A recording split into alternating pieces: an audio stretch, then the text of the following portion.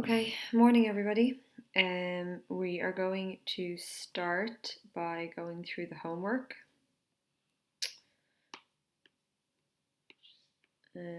Sorry, just bear with me a second. Okay.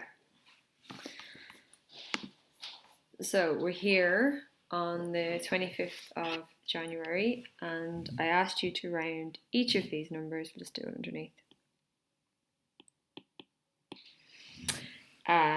To two significant figures. Okay, so first number we have to do is 967,333. Okay, so to two significant figures, the first one is the 9, the second one is the 6.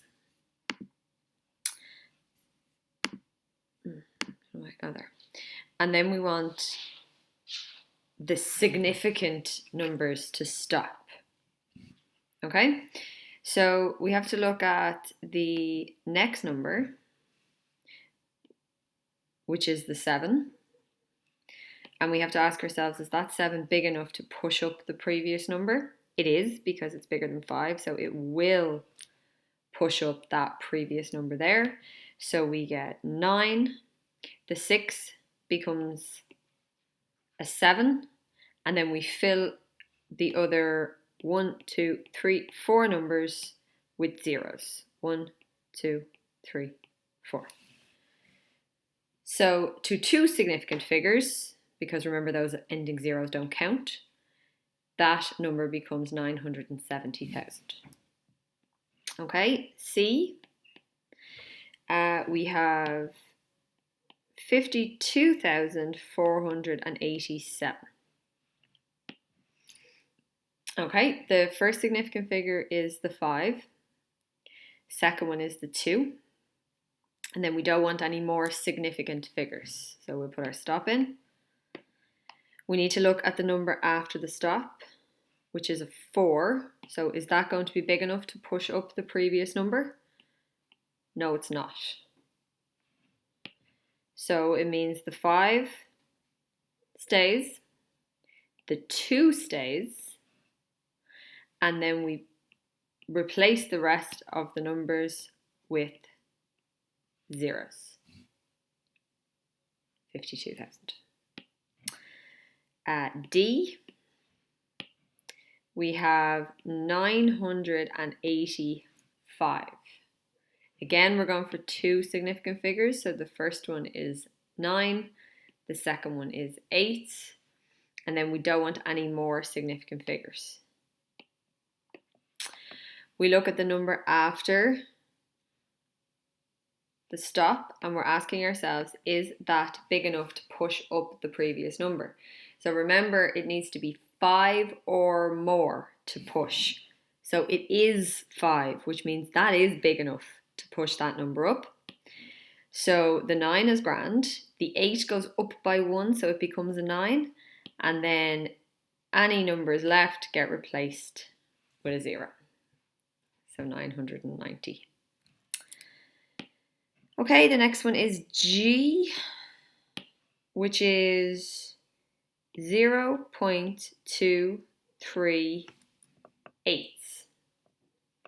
Okay, so that 0 is not a significant figure. So our first significant figure is the 2, and our second significant figure is the 3, and then we don't want any more. We look at the number after the stop, and is that going to be big enough to push up the previous number? Yes, it is. So we get 0.2. The 3 goes up by 1, so it becomes a 4. And then you need to replace the 8 with a 0. Okay, now because that 0 is after the decimal point and it's after the significant figures, you don't have to write it. 0.24 means the same thing. Okay, because remember, after the decimal point, it's just about the position they're in. It's the same thing up here. Remember we talked about place value. So if we look at this number here, like that 5 is not a 5, it's a 50,000. That 2 is not a 2, it's a 2000. That 4 there that's highlighted, that's not a 4, it's a 400. The 8 is an 80, and then the 7 is actually a 7. So it's very important then, when you're doing the rounded version, that first 5 still represents 50,000, and the 2 still represents 2,000. So they have to keep their place value, okay? Which is why these zeros here are so important, because otherwise the 5 would have a completely different place value. Whereas over here, this 2 here has the same place value as this 2 here. They're both tenths. This 4 here is in the 100ths, and so is this 4 here. So this 0 actually doesn't make a difference to the 2 and the 4. Okay, so it's just all about maintaining place value. Okay, we'll do H. So H is 0.00234. The zeros at the start are not significant, so our first significant figure is the 2. Our second significant figure is the 3. And then we don't want any more significant figures. So we look at the number after. And is that 4 going to be big enough to push up the 3? No, it's not, because it's not 5 or greater. So again, maintaining place value, we have 0.0023, and then that 4 can get replaced with a 0, but that 0 is not necessary because it's not affecting the place value of the 2 and the 3. Okay, and the last one, I, is, oh God, how many is there? 0. So 1, 2, 3, 4, 5, 6. Just counting them there. So there's 1, 2, 3, 4, 5, 6. And then 7, 8, 5. Okay, so all of those zeros don't count as being significant. So our first significant figure is the 7, and our second one is the 8. And then we don't want any more significant figures. The 5 we need to look at and decide if it's big enough to push up the previous number, which is an 8. So the 5 is big enough, so it will push that 8 up. So we get 0.123456. So make sure we keep the place value. The 7 is unchanged. The 8 gets pushed up to be a 9. And then that 5 there can get replaced with a 0. But again, that's not necessary because it's not affecting the place value of the 7 or the 9. It's coming after them, so it's not affecting it. Okay, so there is your homework on significant figures.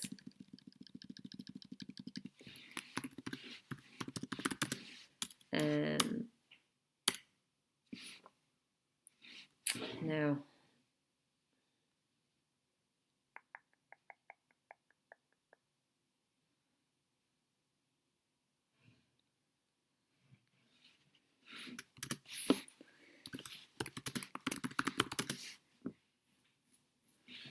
okay, just bear with me 1 second.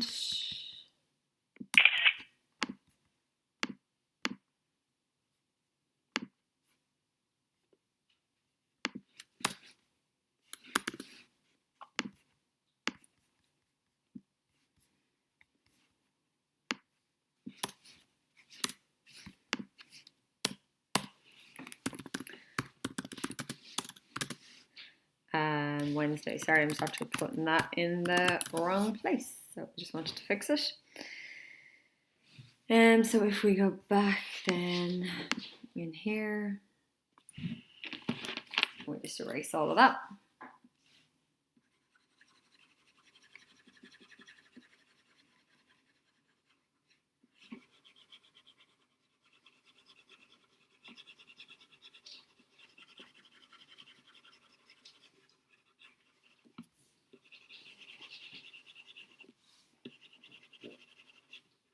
Now, right, sorry about that. Okay, so here we are. Just close that off. Right, there's your homework. Okay, so let me know if there's any questions on that homework. And okay, we will keep going. Okay, so I got as far as here the other day. So you'll need your calculators for this. I just want to talk to you about these last few bits around decimals, and then we're pretty much done with that.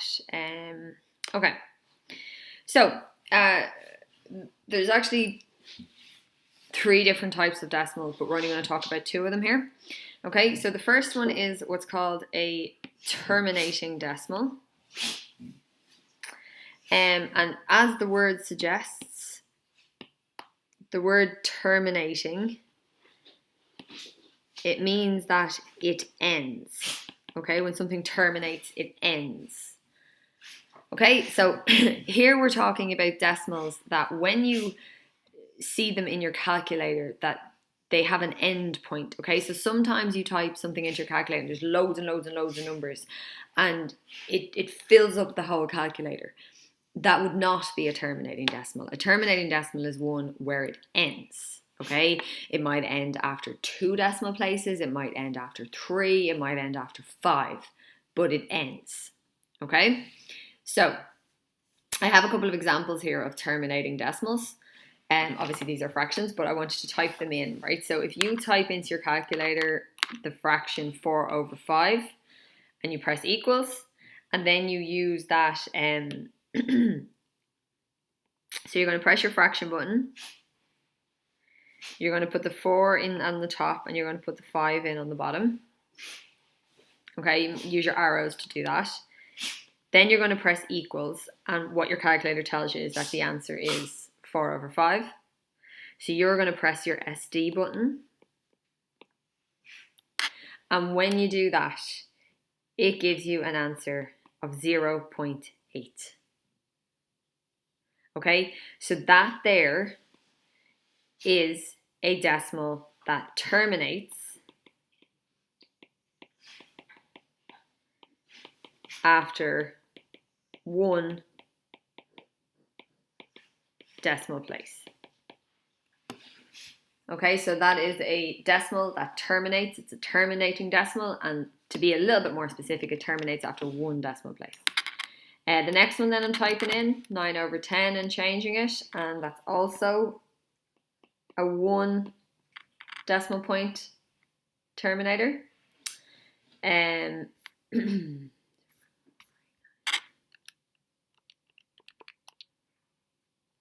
Okay, and the next one, I think this might be 1 as well. Yep, the next one is 0.6, which is also 1. Okay, so if you have a decimal, I'm trying to see if I can get, yeah, this one here.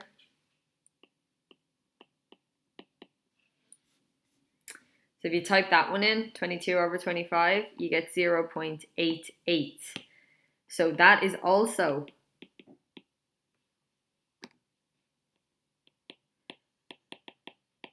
a terminating decimal, but it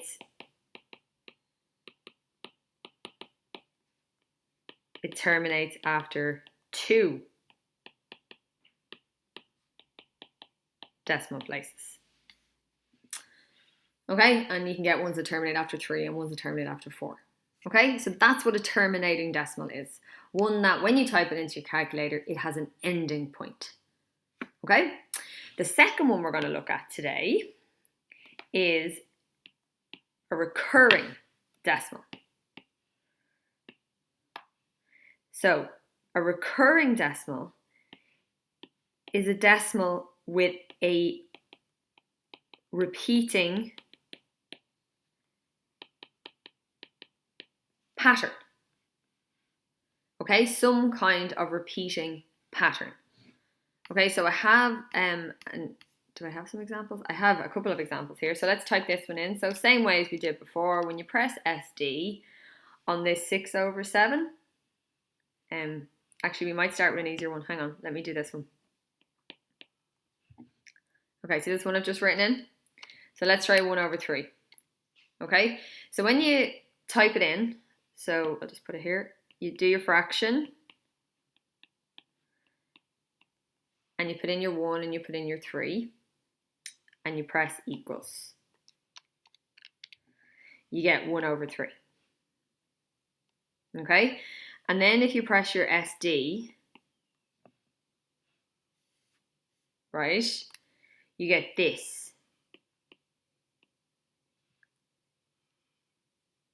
Okay, so what you need to do is actually press SD again, and then you'll get this.